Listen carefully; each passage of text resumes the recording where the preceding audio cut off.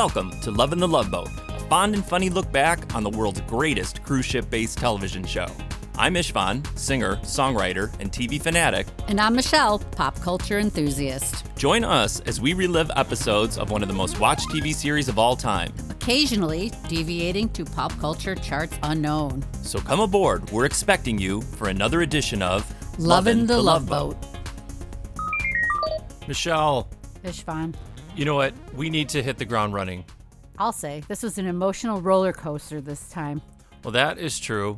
But also, it was longer, right? The episode was a longer episode. Yeah, it was like an extra 15 minutes. This one was like a little extra long, and there is good reason for that. There most certainly is. All right, so welcome everybody. I think we are just going to dive right in. It is me, it is Michelle. There is Pico the cat, if you hear a distressed cat somewhere down here with us, and I think our dog June as well. So it is star-studded today. It's a family affair. It is. All right, so let's get into our three storylines as always. Ready? Here we Ready. go. First, we have A Time for Everything by Lee Aronson. We also have The Song Is Ended by Lon O'Coon. And finally, we have Accidental Cruise by Steve Hoffman and Dave Hackle. Two people for that one. Took two to write that powerhouse storyline. You can see why. Interesting. Well, I'm going to go down the guest list. Please do. Okay, first and foremost, we have the great Richard Dawson as Bert Buchanan. Yes. He's a songwriter, famous songwriter, but I'm assuming, right, Burt Bacharach? I would think so. It's a play on his name. Yeah, they're basing it on him. Mm-hmm. Who else do we have? Robert Goulet. Robert Goulet! He plays Charlie Godwin or Goodwin? I think it was Godwin. Godwin. Everybody knows who Robert Goulet is, I think. I don't. I know who he is.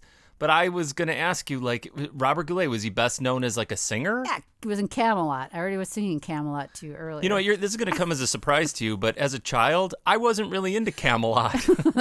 That's like his famous role. Yeah. Camelot. I wasn't a Camelot head as a child, so I knew who Robert Goulet was. You know, he's kind of an unmistakable character, but I did not know what he was famous for. Oh. Then we have Juliet Mills as June Godwin.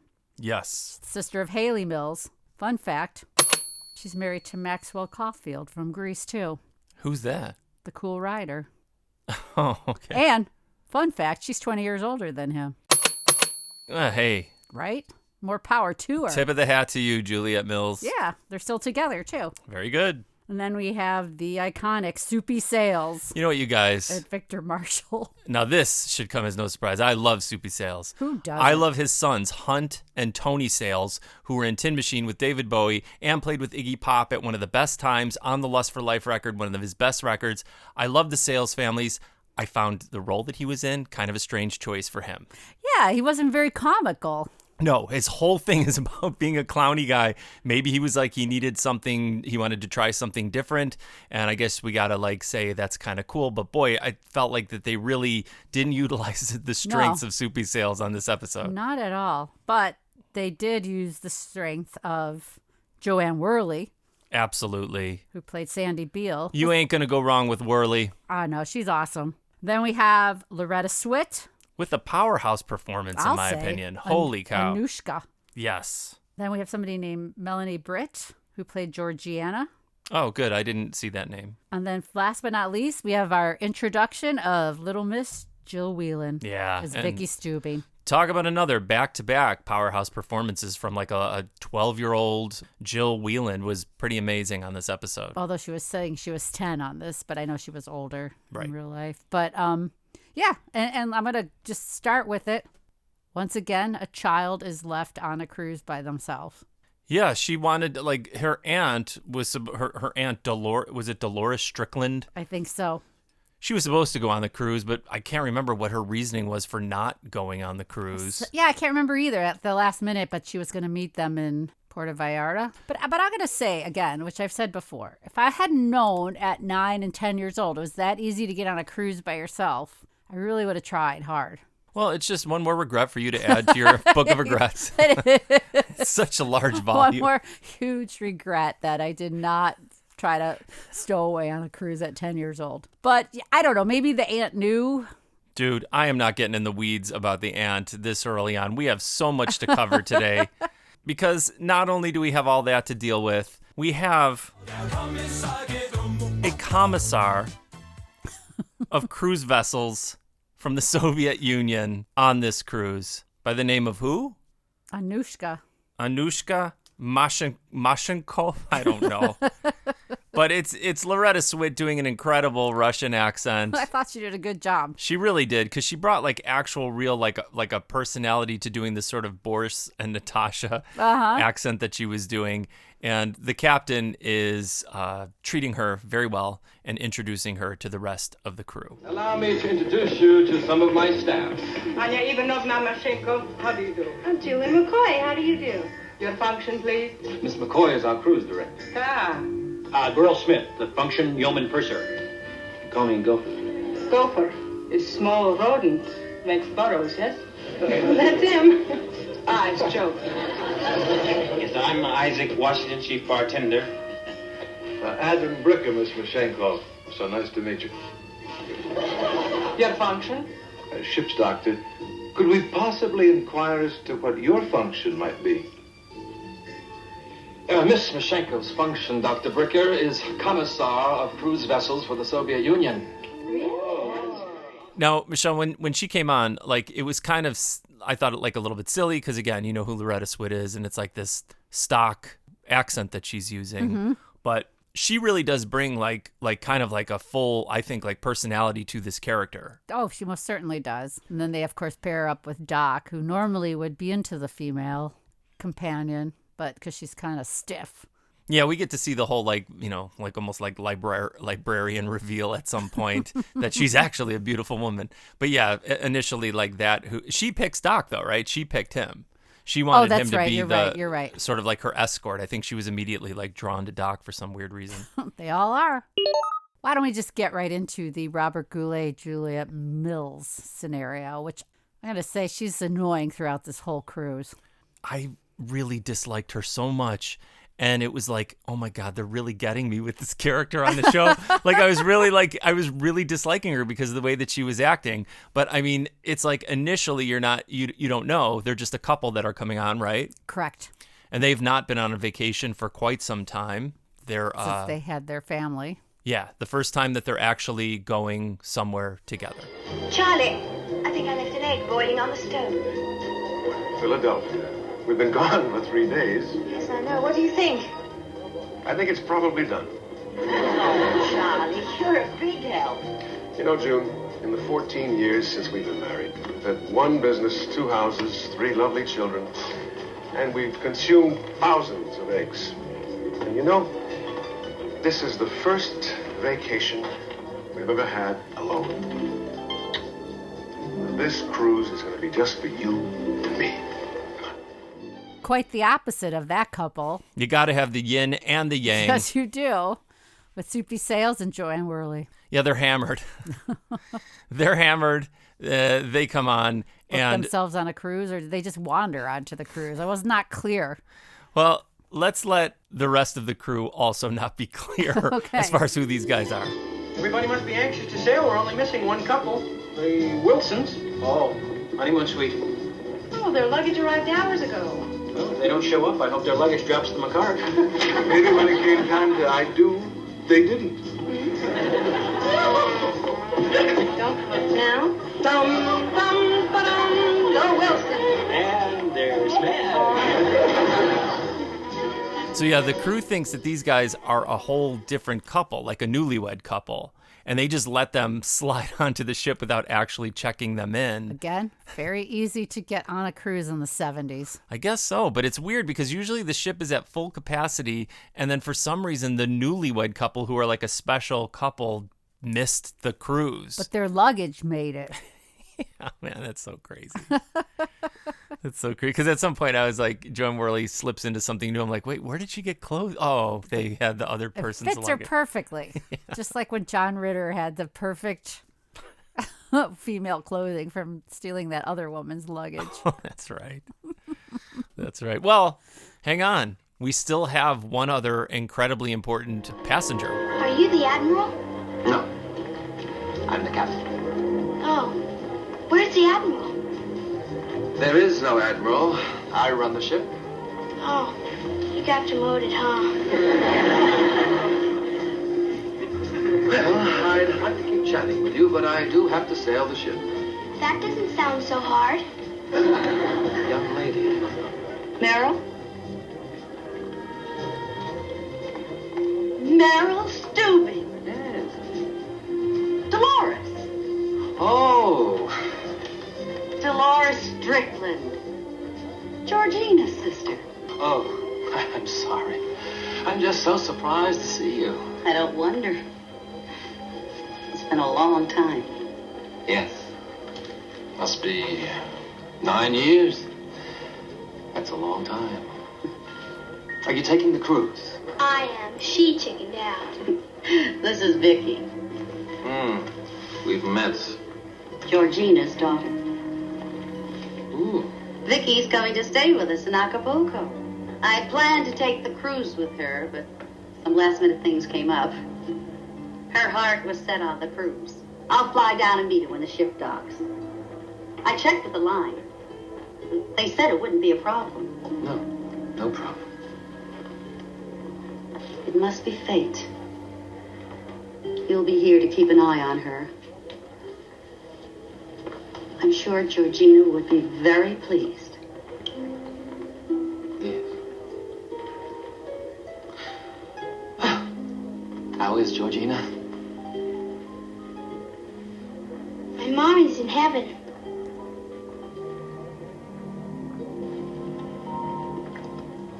I thought you knew. Georgina passed away 8 months ago. I'll start by saying Jill Weland was a very cute little kid actor. She was super, super cute. And I thought, like, sometimes it's kind of amazing kids that have that capacity to be that good of, like, actors, at that age is kind of wild. Because, holy mackerel, man, did they lay a bunch of heavy stuff on you? Oh, my gosh. I was, like, weepy through their whole scenario. I didn't realize the backstory of Vicky was so completely tragic. No, as a kid, I don't think I paid attention or it No. just didn't strike me because maybe we were just like, oh, cool, there's a kid actor on this week or whatever. But it was heavy. Oh, absolutely. And the only thing that was helping me not fall to pieces was the flashbacks, dude. Oh, my gosh. Gavin McLeod, 10 years younger. With dark hair. Yeah, they don't give him more hair. They just dye his remaining hair jet black. Like it's like literally like marker on the side of his head. It's like a shoe polish. Oh my God. But it was weird. I was thinking the same thing. I'm like, oh, he was still bald 10 years ago, but... I feel like they stained his scalp permanently with that stuff that they put on his head because it looks so insane. They could at least have put like a hairpiece on top. Yeah, throw a toupee on the guy 10 years ago or something. But those were wild and those were so overly dramatic and they were fantastic. I love them. Should we just do it now? How many things, or did you catch any of the other small little oddities on this episode? Like things people were wearing? That's one of them. Did you see Robert Goulet's frog pin? Yeah, what was that? I don't know. I have that right in my notes. I'm like, what was the meaning behind the frog pin? Was it an Illuminati symbol, like in some weird lighthearted way? He's wearing a tuxedo, and he has a weird frog, like it looks like a patch almost, like on his lapel. Like a cartoony frog. Yeah, and it's like, I didn't even notice, honestly, until the second time around. Oh, I noticed right away that I was like, maybe it's like, did he have children? Was it a nod to his children? Like, I'm going to wear this frog pin on. That was so strange. Now, hang on. I need a drum roll for this. Did you see our guy? Did you spot our guy? No, I was looking for him. Where was he? All right. See, this is the thing. I didn't see this until later. Our favorite extra, who I made a little Instagram reel recounting so far his best appearance on the Halloween episode, the previous episode. He is in the dining room. Yeah. He's the maitre d'. So you've got to look when I believe Robert Goulet comes in. If you look over his shoulder, he's in there fake talking to guests as they come into the dining room. Well, interesting that you say that because this Internet Movie Database time had all these like extra characters on there. Mm-hmm. And there's two that they had as waiters, John Marlin and Kenny Studer. I'll take your word for it. And I need to look those names up. And then they had a character, it says passenger, Johnny Disco. But it said passenger. You said he was the maitre d'. I don't know, dude. We can't like guess at this now. I'm just telling you. I want to say his name is Johnny Disco just based on his Let's character. for this point, But this I'm gonna point look forward. up the other two guys. No, too. his name is Johnny Disco as far as I'm concerned, because that kind of does make sense. Yeah. And again, just quickly, there also was during a musical number in the lounge, our favorite candle holder has a starring role on the piano. Like they placed it weirdly on the piano, and I don't know why they did it. And I took a photo of it, and I will be posting that picture of our favorite candle holder. Well, let's get back to Robert Goulet, Juliet Mills, and Richard Dawson, because they used to be almost like a writing duo in their college days. Yeah, that's their backstory. Richard Dawson, like we said, is sort of a Burt Bacharach character. He's very well known. And his former, I think, like college roommate, which is Robert Goulet, he also was a songwriter, but his life took a different path. Yeah, of course, it's kind of like the other story before with Isaac and the other couple. Yeah. It's a similar story, but she got pregnant, and so he took the path of family man working in advertising. And Richard Dawson went on to great success as a singer and a songwriter. Meanwhile, she's miserable because she misses the excitement, I guess, of having a songwriter husband. She is a nightmare.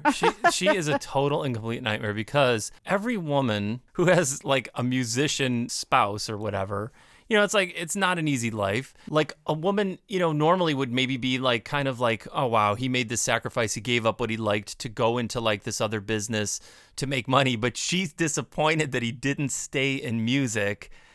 It's crazy. It doesn't make any logical sense to me whatsoever. And she's just being mean to him the whole time. Right. Well, he never wrote a song about her. Oh, my gosh.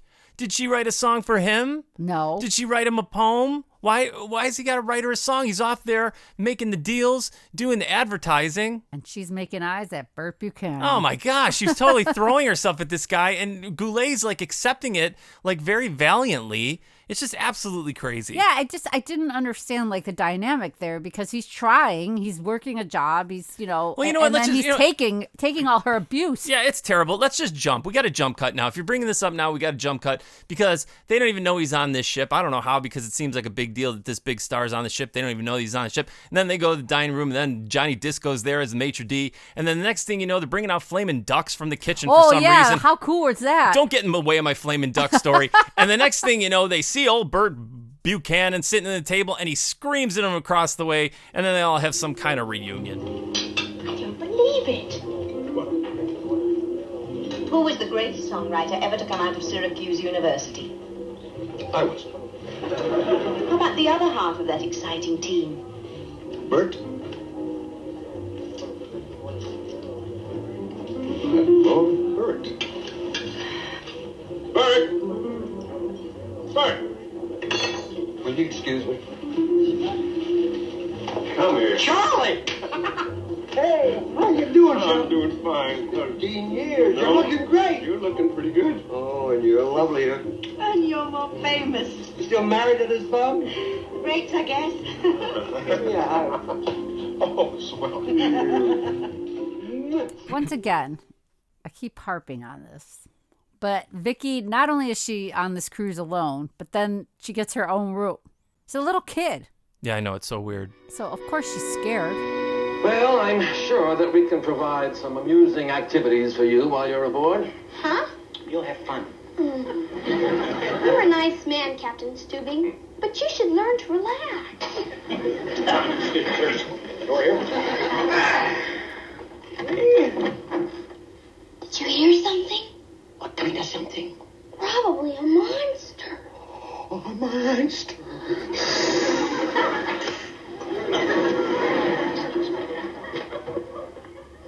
There. You see? No monsters. They hide when the lights are on. Yeah, better check the bathroom. I stay with you, Captain Stubing. I bet you don't have any monsters. Well, I don't. Please? Please? Well, I suppose we can find some room for you in my cabin. Do you like how the captain uses tough love with Vicky? There's nothing in this room. It's just a realist. Right. Go to sleep. But she doesn't. She goes back to his room, which I found strange. But then as we progress into this, it's like It makes sense. But that's the thing, is like they're alluding to the fact that maybe this was his child. Mm-hmm. You know, I guess it was his child ultimately, right? Because, I mean, we all know that Vicky comes onto the ship later on. Correct. And there's these flashbacks are also adding to that. And again, I'm going to jump ahead a little bit to that dinner. Why would he give her liver and onions? Why is that a thing kids need to eat? I have no idea. And again with the liver and onions on this show. Liver has iron. But liver is a popular meal on this cruise ship, too. It's like all terrible things when you're a kid. Yeah. Why wouldn't they just give her the cool flaming duck? I don't know. It's almost like a form of torture. You know, I'm so angry as a kid. Everybody else gets this cool flaming duck, and I got to eat disgusting liver. You know what? Maybe it ties in to the suffering of the Russian people. Mm-hmm.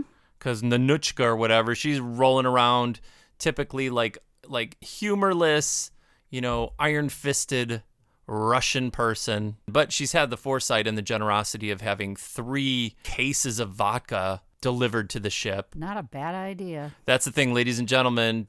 Next episode, we want everyone to fashion themselves a vodka drink. The one alcoholic drink that I prefer in my life when I do actually indulge is a vodka gimlet. It's a very simple recipe. I sometimes spruce it up with a little extra something, which I will clue everybody into. But I will put up a recipe for vodka gimlet for the next episode. We definitely, absolutely will have vodka gimlets in hand for our next taping. So we'd like you to do the same. But she goes to the bar. She does. Kind of getting to know everybody. She's tactlessly mocking Julie's work, the candles on the pool. And the pool cleaners. Did you see the extras? No. There were a lot of extras in jumpsuits cleaning the pool during that scene. But she goes up and she kind of was being complimentary because she's telling Isaac that she thought that he had more potential than to be just a mere bartender. Mm-hmm. And this turned into an amazing little scene where Isaac schools her on the shortcomings of communism. Don't you just love the candles in the pool? It's frivolous and decadent. We think people on holiday deserve a little of both. Isaac, you are bartender here, yes? Chief bartender. Why is it you do not do something more important? What? And throw away 4 years of bartender school? Miss Mishenkov, if you're going to put down Isaac, I hardly... Oh, wait, hold it, Doc. I don't think she is. I think, she just wants to know why I like being a bartender. It's correct. I like this job best because I get to meet people. I mean, all kinds of people. People are where it's at for me. That means I like people. But the most important thing is I got to choose this job. Someone else didn't choose it for me. Sometimes it is better if others tell you what to do. Well, different strokes for different folks. Weren't expecting this. No, I was not. Neither was I expecting that he went to 4 years of bartending school. Yeah, I didn't know if he was joking or he was serious. Like, I didn't think bartending school would be 4 years. Yeah, really. He would be able to make anything on earth, right? Probably do CPR, and Right. I don't know what else for 4 years. But the thing is, for some reason, I mean, Doc really has, like, the Kavorka. Because he wins women over like crazy. And she is starting to like him. And so she's wanting to do what it takes to win Doc over. And she asks Julie for a little help. Hello.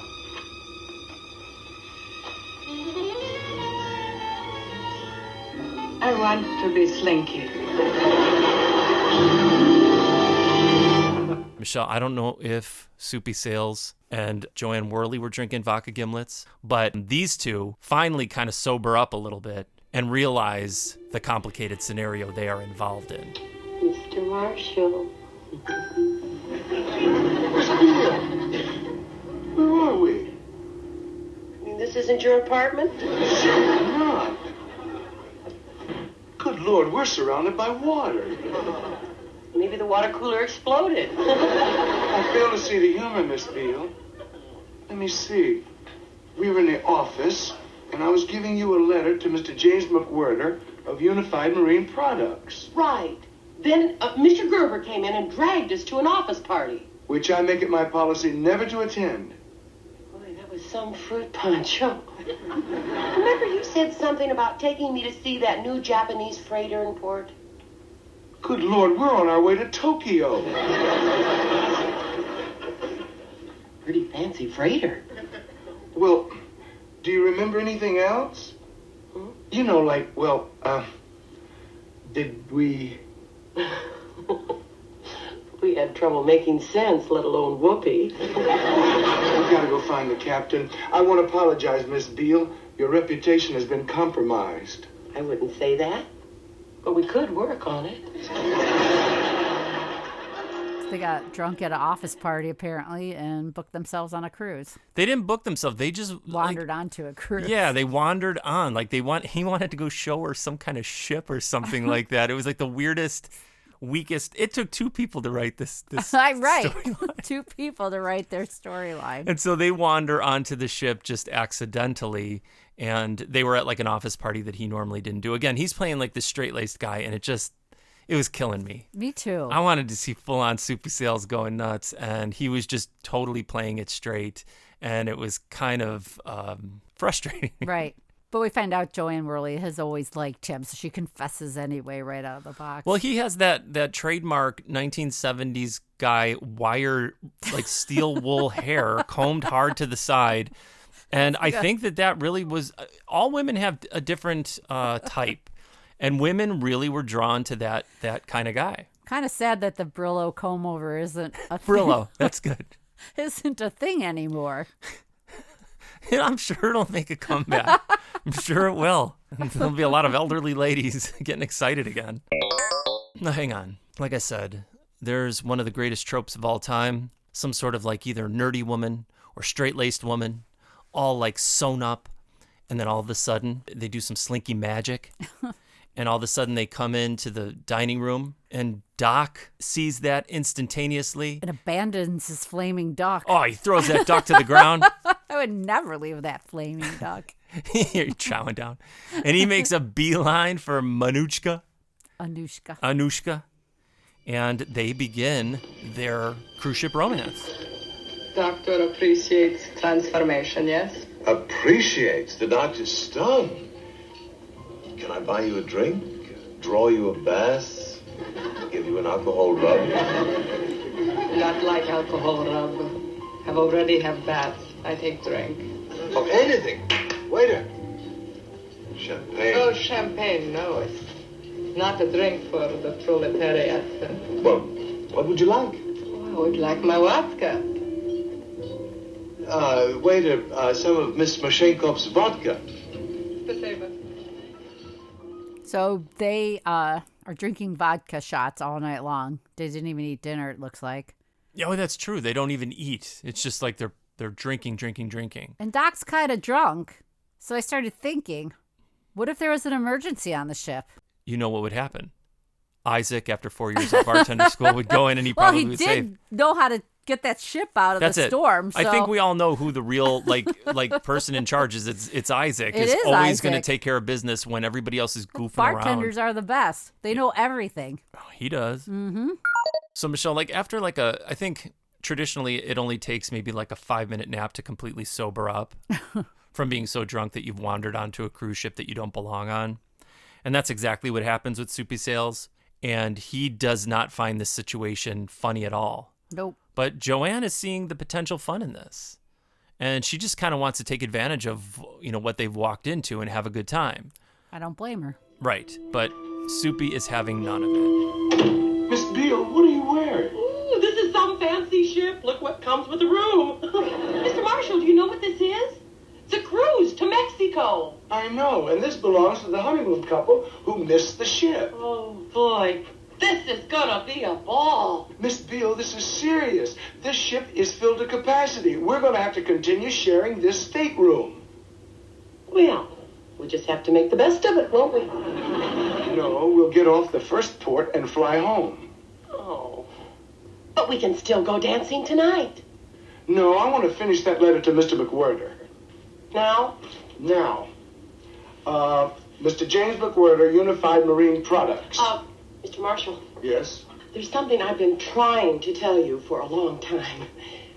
See, the truth of the matter is, I have a very big crush on you. Yes, well, dear Mr. McWhirter, regarding your complaint about our latest shipment of semaphore flags. Wait a minute. Didn't you hear me? I just poured my soul out to you. Regarding your complaint about our recent shipment of semaphore flags, I feel... You feel? You don't feel anything. You're just a cardboard cutout with a heart of stone. Well, you can take your dictation and your 2-bit secretarial job and your semaphore flags and just shove them in your briefcase. I quit!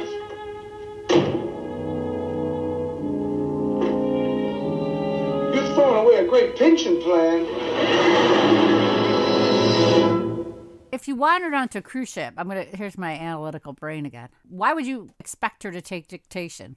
Why? What could he possibly have to say when he has nothing? They just wandered onto the cruise ship. You know what I'm saying? Yeah, I do. I don't know. Just have fun. No, I would be freaked out. I mean, I would be freaked out if you knew that you had wandered onto a ship and it wasn't your... I wouldn't get right back to business. No, I mean, maybe he's handling it in kind of a strange way, but I think they are just establishing that he's super by the book kind of a guy. Yeah, and they're trying to, like draw that sort of like... Right, it took 2 people to put that together, and so she storms off and she goes to the bar, or the lounge, the disco lounge. Yeah, the disco lounge, but like where's the other place? Because Richard Dawson is kind of holding court at a piano somewhere else. Maybe there's like a little mini bar? There's many bars on a cruise ship. Well, he's in one of the many, but it's him and our favorite candle holder. Was it the Coral Lounge? Maybe that's what it is. I don't know. I don't want to go on record. I really don't, and make a mistake of that magnitude. But all I know is this dude, he's just like jamming on the piano, and people it's are... the Pirates Cove, because I have it written. You just said jam, and I was looking at my notes, and I have their Pirates Cove jam. Thank you, Michelle, for clearing that up. I appreciate that. Uh-huh. And yes, he's jamming in the Pirates Cove on the Cove piano. And he introduces his 2 friends, and then he lures Robert Goulet to sit next to him and sing the stupidest song ever written. Yeah! May I introduce June and Charlie Godwin, late of Syracuse University. Very late. Now, this is my old girl. He's my old friend and collaborator. As a matter of fact, perhaps the better songwriter of the 2 of us. Which is probably why she married him, because as you can see, it certainly wasn't a matter of looks. Well, how about a song you wrote together? You see, the requests for my music never stop pouring in. Hey, you remember this one? No. Well, the rhyming song. Oh, why? Come on, you want to hear him do it? It's the first big hit. Here we go. Remember it now? Let's go. Honey, you're my sweet sensation. I don't want no imitation. You're a positive inspiration, filling me with dedication, kind of exhilaration, fascination, adoration, and to make a generalization, baby, I love you. Second verse, same as the first. Honey, you're my sweet sensation. I'm not going to lie, that song made me angry. Why? It was so annoying. It was so fun. And they were having a great time. Oh, yeah, the people gathered around were having a great time. It was wacky. It was. And they're like overdubbed singing. Or at least Richard Dawson's was. Like, he must have recorded his vocals later. Because Robert Goulet at least sounded like he was actually singing live there. Was Juliet Mills being a total B in this situation too? Like, can't remember. Like fawning over Richard Dawson right in front of her was. husband. Oh my gosh, it was awful. And so they're at this point though, they're having fun. It's like you would think, I was thinking that like Robert Goulet was going to be really like jealous of him or angry of him because he also was supposedly like a really good songwriter. He was happy to see him. They were having like a nice time together. All this stuff stemmed really from her. She was causing kind of all these problems, And the one thing that I wish Vicky could have included them and their problems in her seriously serious prayer. And please bless Julie and Gopher and Doc and Isaac, and especially Captain Steubing, because he's very nice, even if he doesn't want people to know. And God, please take care of my mommy. and make sure that she doesn't hurt anymore. Amen.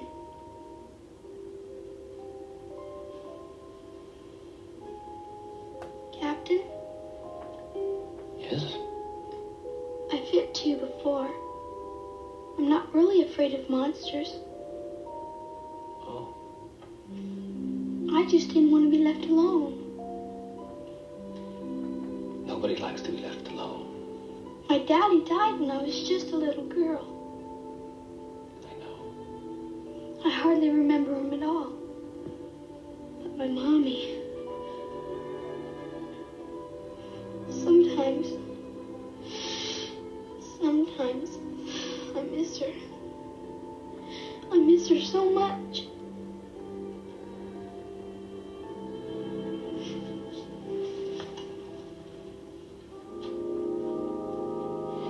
Why did she have to die?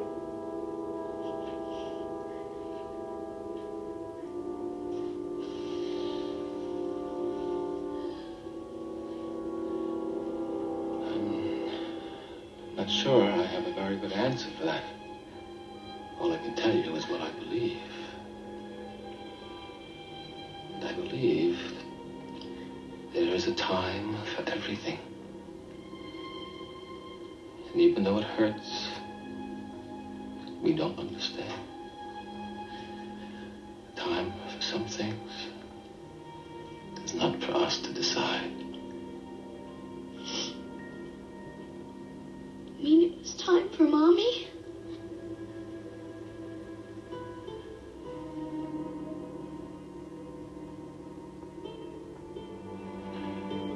Time to be born. Time to die.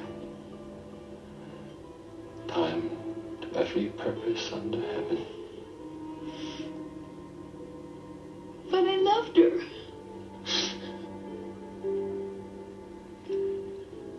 So did I.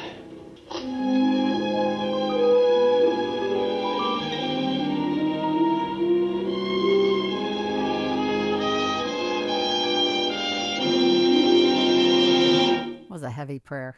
Oh my gosh, it absolutely was. And Michelle, you know, to your thing where you were fascinated with the super close-ups, there are tons of super close-ups in this episode. I know.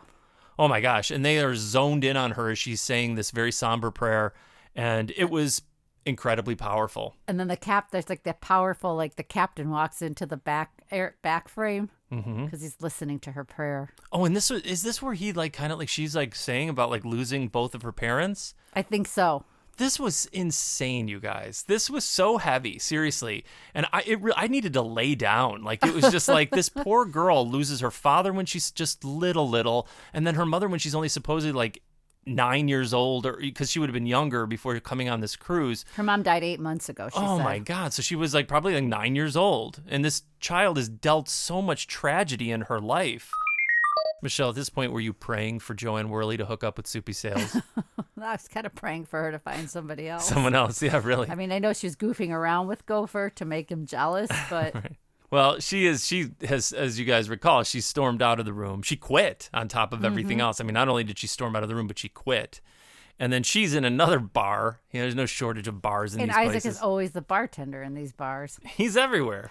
I think they have like that, like at the bank where you put a tube in a thing. He's in like some sort of tube and it shoots him from every single bar on the ship so he could show up where he needs to be. I guess so. But it's like him and I do believe Gopher, right? Aren't they trying to like cheer her up? Yes, they are. So, finally decided to see what the rest of the ship looks like, huh? Well, where's your better half? Believe me, anything's better than being stuck in a cabin with that crumb. Oh, no. Don't be hasty. All newlyweds have these little spats. Mrs. Wilson, please, what kind of a man do you think I'd be? I'm not Mrs. Wilson. I'm not even married. You're not? I'm Miss Beale, Mr. Marshall's secretary. We're not even supposed to be on this ship. Oh, good. Can I put you in the Wilson's cabin? I'm in a great deal of trouble. Trouble? I just told Mr. Marshall I loved him, and he told me to take dictation. He must be bananas. What am I going to tell you what you're not going to do. You're not going to waste any more tears over him, right? Well, you are going to circulate, you're going to meet people, you're going to dance the night away. Yeah, you're going to have a ball. I mean, let him see what he's missing. You're going to be the life of the party. Well, we may have to come up with an alternate solution. After the pep talk, they come up with this plan, correct? Oh, because Soupy comes out of the room looking for her, kind of, right? Right. And then she sort of like enlists Gopher into like making out. To make him jealous. Yeah. Well, it's like their job is to help everybody be happy and hook up. So they head back and kind of do a little like play acting. Oh, Miss Beale. Sandy, you're the most wonderful woman I've ever met. Oh, I am? I just want to take you in my arms and kiss you. And kiss you. Go! And kiss you. Oh, God! It was like when you're like a kid and you're play kissing your hand. They were doing that. I know they were. They were actually doing that very thing out in the hallway. And I think it started to work. Yeah, he kind of was listening at the door. The salesman was starting to get jealous. It seems that their little ploy has worked. He does seem to be getting jealous, Soupy Sales. Yeah, he's waking up to the fact that Worley is a wonderful, desirable woman. Mm-hmm. That's all it takes, a little jealousy, really. Absolutely. To get any person kind of interested, Meanwhile, Doc's waking up with one serious hangover. Come on, Doc, let's go. Doc, aren't you awake yet?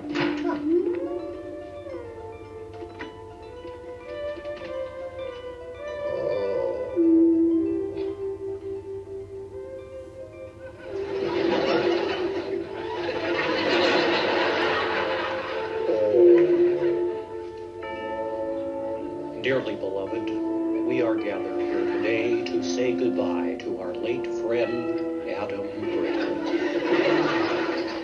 What happened to you? I don't know. Somebody stole my pajamas. I know I had a vodka or two.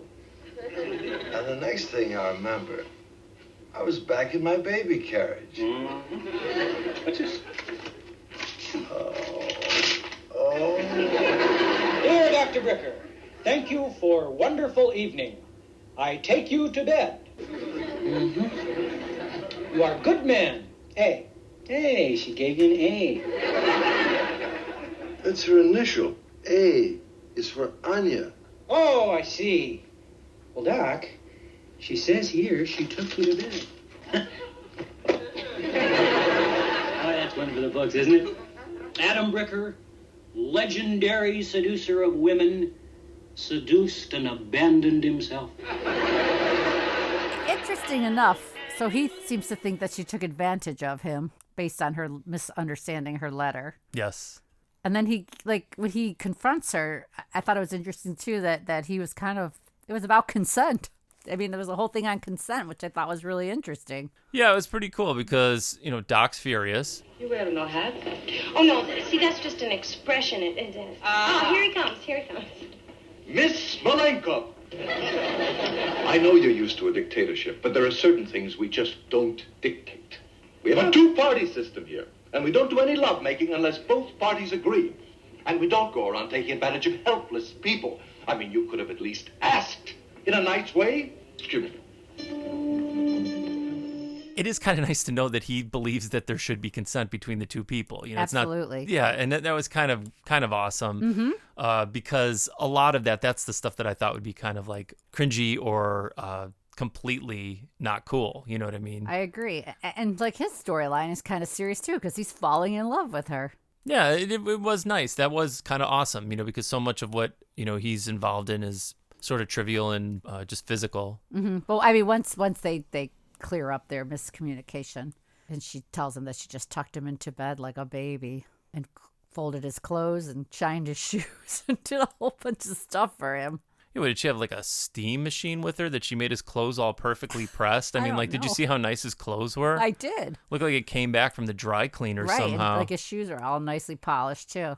I guess that is a woman you want to marry because she's doing it all for you, man. And she can drink you under the bar any day of the week. And she's a tough, businesswoman.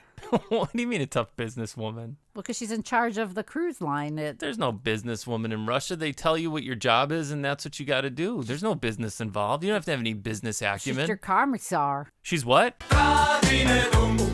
That's right, she's Der Kommissar. I mean, he wrote that about this episode. I think, let's say that. Falco the guy's name is Johnny Disco, and Falco wrote Der Kommissar, inspired from We're this. writing like our own fan fiction. Does anyone remember Falco? I hope you do out there.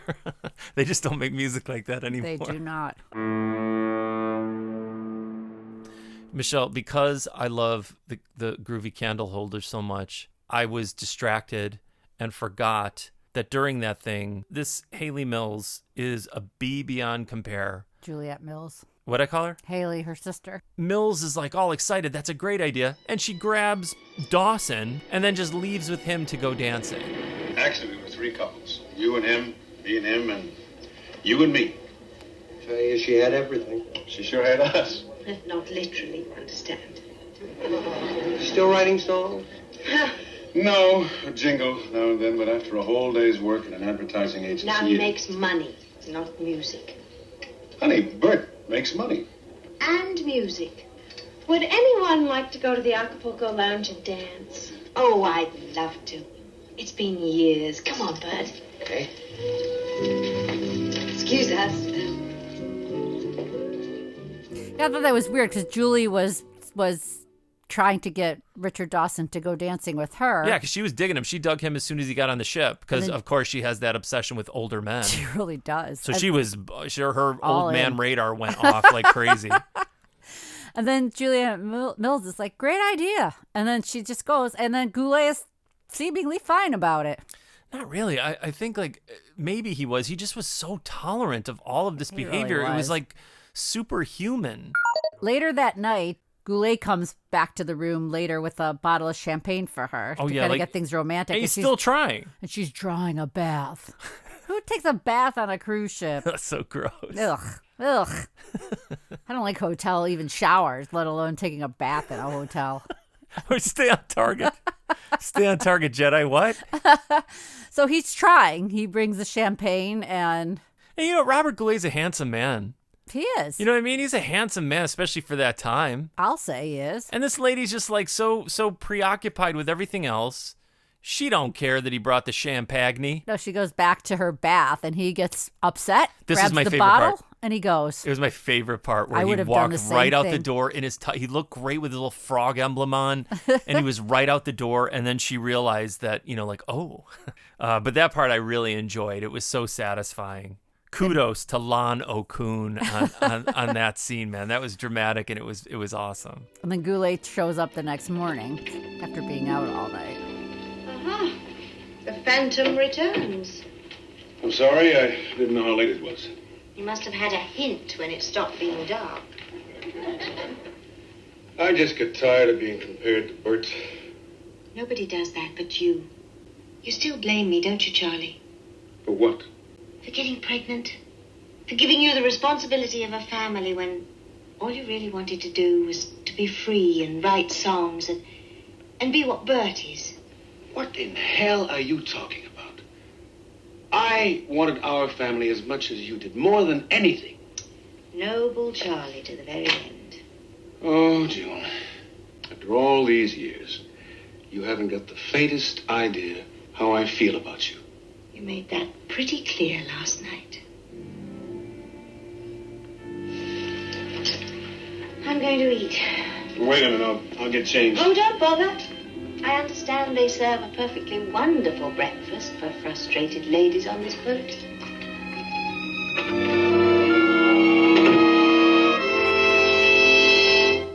But one relationship on this cruise ship that is going well, Vicky and the captain. She really likes the captain. Have any threes? Go fish. Do you have any jacks? Excuse me. Do you have any jacks? Jacks? Jacks.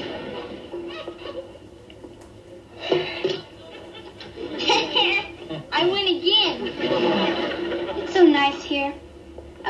never had to leave.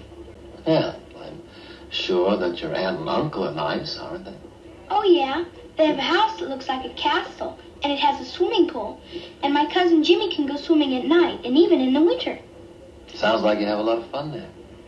Yeah. I like Aunt Dolores and Uncle Harry. I like you a whole lot, too.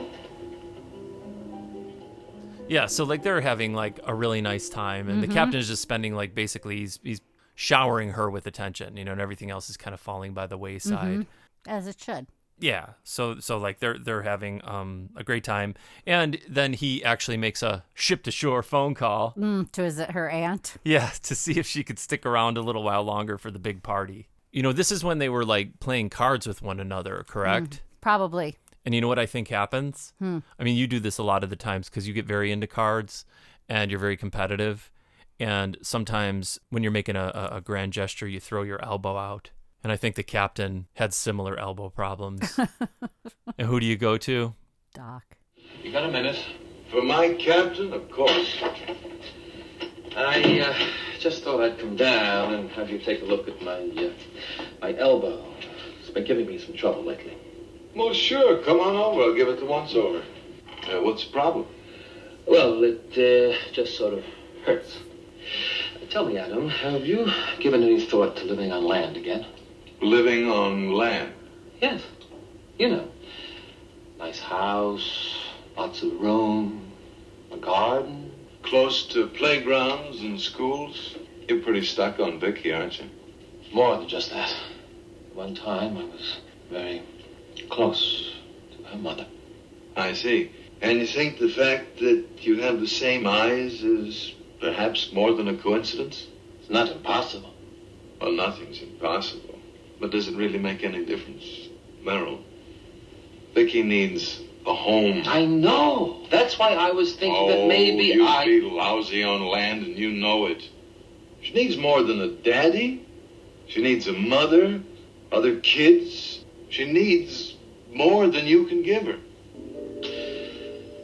Well, Doctor, as usual, your diagnosis is faultless. I only wish the prescription weren't so hard to fill.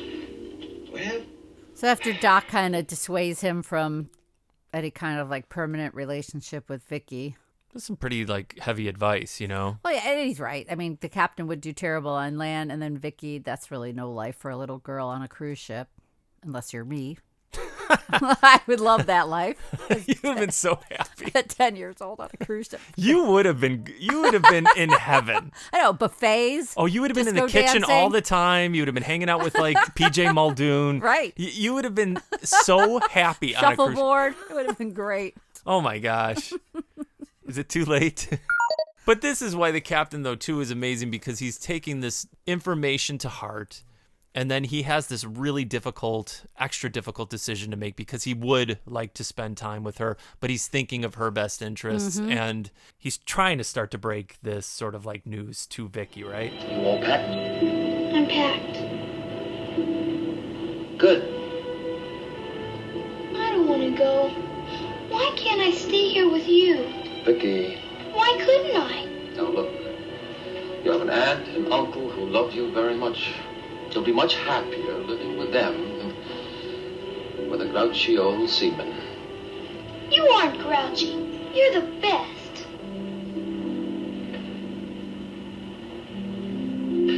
You'll have vacations. You can visit me. And someday, when you get a little older, who knows? You might make a fine cruise director like Julie.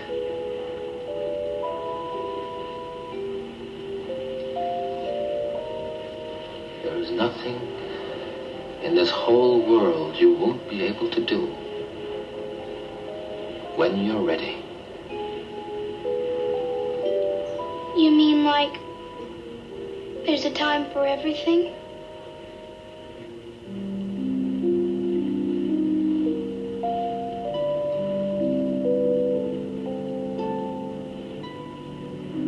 I love you, Captain Merrill. I love you, Vicky. I imagine Vicky's starting to get the picture that she can't live on this cruise ship with him anymore. Probably. I mean, maybe. And then I hope that deep down she understands that she's going to a house that looks like a castle and has a pool.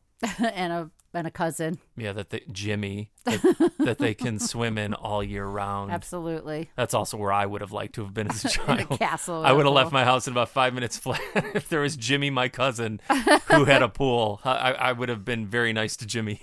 But they still have the party time together that later on that night, so all is not lost. I mean, the apex really beyond. I mean, there's a lot. There's a lot of apexes on this ship. The songwriters. Yes. And it's leading to sort of like this large sort of performance. He's entertaining. Everybody's really having a great time. And basically, still, Mills has been nothing but problematic. You feel like she's ready to leave her husband for this other guy. Right.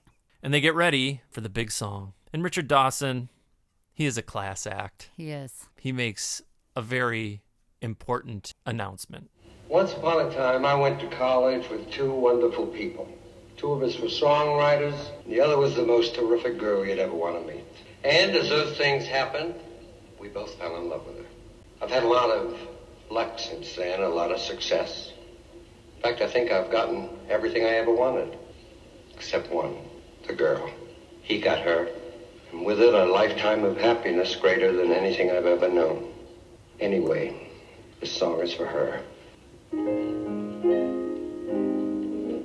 Oh, one other thing. I didn't write this song. He did. Was it so long ago? So she immediately changes her tune. I hate her. I mean... I don't like her, I should say. Let me be less brutal. Because at the beginning, she was thinking that Richard... No, I hate her. I don't. That Richard Dawson wrote the song about her. And thanks to him, that was a pretty gallant move on his part. Because obviously he could have taken that wife away from him in about 5 seconds. Totally could have. Without even trying, he was on his way to doing so. And then he basically saves that marriage, which I don't know if he's doing Robert Goulet a service, to be quite honest. I know. He could have just taken her away and then dumped her when they got to port. And then Goulet would have been a free man, happy. And, after these guys tearfully reconcile, there is that big party, too, that's kind of, I think, coinciding with this. And poor Captain Merrill has to let Vicky go. Oh, that was so tearful and dramatic, too. Oh, my gosh. It was like, that's just heartbreaking. I don't know how you handle something like that. But then the big reveal after all that is he knew that was his daughter the whole time. Wait, what? He pulls that letter out at the very end out of his wooden box. His ornate letter box? Yeah, where he was sending her birthday gifts. Why did you just talk in Italian accent? He's sending. I don't know. That got me all emotional because it made it worse, actually. Oh my God. He pulls out that box, his special letter box, and you get to hear from the great beyond his former love read a message to him. Vicky was 3 today. We had a nice little party in the backyard. She was simply thrilled with the stuffed elephant. She hasn't let go of it all day. I wish you could see her. She really does seem to have your eyes. But that really broke my heart then, that he knew the whole time that he had a daughter out there and he was sending her presents and stuff. Yeah, that's intense, man. That is really, really wild. Well, that's why I was wondering if the aunt knew it, and that's why she put Vicky on the cruise. You know what? All of this is too heavy for me. It really is. I told you I had to lay down. I was doing all of my work in the prone position because I couldn't take it. It was too emotional. And the only thing that saved me was Joanne Worley. And Soupy Sales. Oh, my God. Finally, they let the Soupy loose at the very, very end, and he's leaving the ship, and then she finally just, calls out to him because some of what Gopher was doing was kind of screwed up. And then she basically says she doesn't want him to leave. And he's like, oh, you need somebody else. You need this. You need that. They immediately just kind of figure it all out right then and there, which I appreciated. And what did they do, Michelle? What did they do? Your favorite. Oh, they did the comical, passionate kiss. Yeah, but she was the aggressor. Oh, I loved it so very much. Yes, I did film it. And yes, I am going to post it on Instagram. So that was a nice, happy ending. It was awesome. And those guys actually, shortly after that, they do just say their goodbyes. Well, you're certainly going down the gangplank back in better shape than you came out. You see what a little salt air and a large romance can do for you? Well, I guess it's back to the office for you two. Well, just me, I'm afraid. I offered her another position, and she accepted. And then, we've had a lot of tears on this episode, but not a tearful goodbye from Robert Goulet, because Richard Dawson regales them with his itinerary. Oh, I know. Where was he off to? Australia? Let Richard tell you, Michelle. Okay, please tell me, Richard. Refresh my memory. Well, it was great fun. But it was just one of those things. Now, look, it's not going to be another 15 years, is it? Not this time. Mm-hmm. It's Philadelphia, right? Hey, I'll be there. I got to go to London for 2 months. Go to Hollywood, make a movie. And then, hey, I'll be there, right? Right. Goodbye, baby. Don't forget his match game career probably came shortly after that, too. Yeah, he had match game to do, and then he had to take over the Family Feud, and he had so many things. What was that movie he was in? Jaws. No. Star Wars. Running Man. Running Man. Was it Running Man? I think you're right. Or he was the announcer for the game show? Dude, I like when you ask me a question, but you have all the answers to it. I'm not sure. I'm not sure. I'm not confident in my answer. Be confident, please. Hasn't the Love Boat taught you to be confident yet? No. Like the great Loretta Swit? That's true. Because, dude, were you ready for all this at the end? No, because that got heavy, too, with Doc. You think you're just going to have like a simple goodbye, and before you know it, she is saying goodbye to everyone, and then Doc pulls her over, and what does he do? Proposes. Anushka. Don't go. Stay here. Marry me.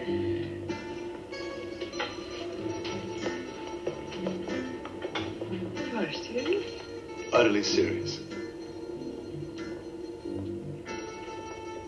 It's a wonderful idea to be with you always. I can't think of anything more wonderful.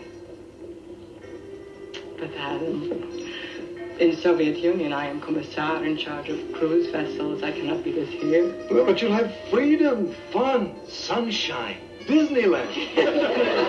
Me?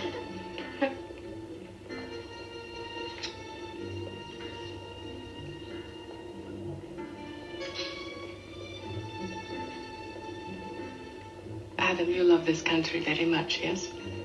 Yes. I, too, love my country very much. But... Adam, I have never met anyone like you. And I never will again. My heart is filled with love for you.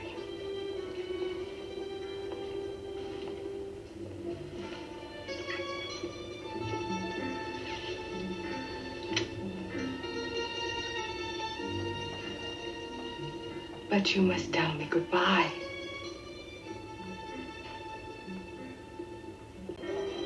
Goodbye, my Anushka.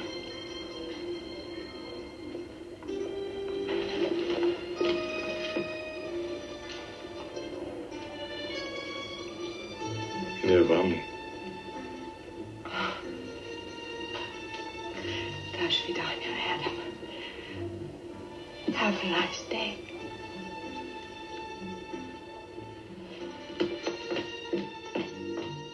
There are so many noteworthy things about this, Michelle. This is one of the most unexpected kind of things, and the longest goodbye, I think, of all of the goodbyes we've had on any episode. And it starts off completely bizarre, where Doc literally proposes to her like a little boy. Right. Where he does his little nod like, yes, which was insane. It was. And then it turns into like a really dramatic scene that I thought was pretty impressive. Mm-hmm. Loretta Swit was great. She was. And it was another close-up. I thought, like, honestly, man, it was kind of like movie-worthy, like, scene between the two of them. Loretta Swit was great. I mean, she was incredible on this, I thought. She was so good. Wild to see Doc proposing, wild to see Doc deciding that he wants to, like, settle with someone, and then finding a way out of that to where it couldn't be. So that's kind of a sad ending for Doc. Yeah, that really was, because he had then decided that he wanted to be with her, and that was really tough. But I guess they are making the decisions that make sense for them, because... Love Boat teaches you everything, and they teach you that life is very complex, and sometimes you have to make choices and choose one thing over another, both of which you would want. Absolutely. We can't have it all, ladies and gentlemen. No, and I'm sure by next cruise ship, he'll find somebody else to hit on. You think? Yeah, I know. Yeah, so guys, this was sort of like a tour de force kind of episode. Again, we need to figure out like how they did it, if it preempted Fantasy Island or what they did. But this definitely probably ran an hour and a half that night. But it definitely did have two really, really heavy-duty things that I thought they handled pretty well. I agree. Yeah, this was excellent, and I thought the people did an amazing job. Let's hope we can get Loretta Swit to react to some of our posts for this, and maybe we can get a hold of her. Maybe. So what is our task for next episode, Michelle? Goulet gimlets. Is that what you're calling it? Yeah. That's a good idea. Thanks. Thank you guys who answered our polls, because we're trying to see how everybody gets the show, what their podcast app of choice is. The reason I'm asking is simply because when I put a story up on Instagram, I'm trying to make those as fun as possible. I like to think I'm succeeding. And I include links always to the show. So I'm just trying to put the links to the podcast apps that people use the most, so it's easy for people just to do one click away. Do you have any idea, Michelle, who is on the next show? You can say no. You can. I caught a glimpse of one person. It's Melissa Sue Anderson. Who's that? From Little House on the Prairie. Oh, I know what it is, because she is then Gopher's sister. Oh, okay. And Doc is involved on that? He's already rebounded. All right. No, this I think it's going to be a good one. Oh my gosh, with Gopher like trying to protect his sister, that'll be a fun scenario for sure. We're in for something next time. Yeah. So you guys, make sure you've got something on hand to sip on the next episode. And until then, I am Istvan. I'm Michelle. Captain Stubing, please come to the bridge. And we are Loving the Love Boat.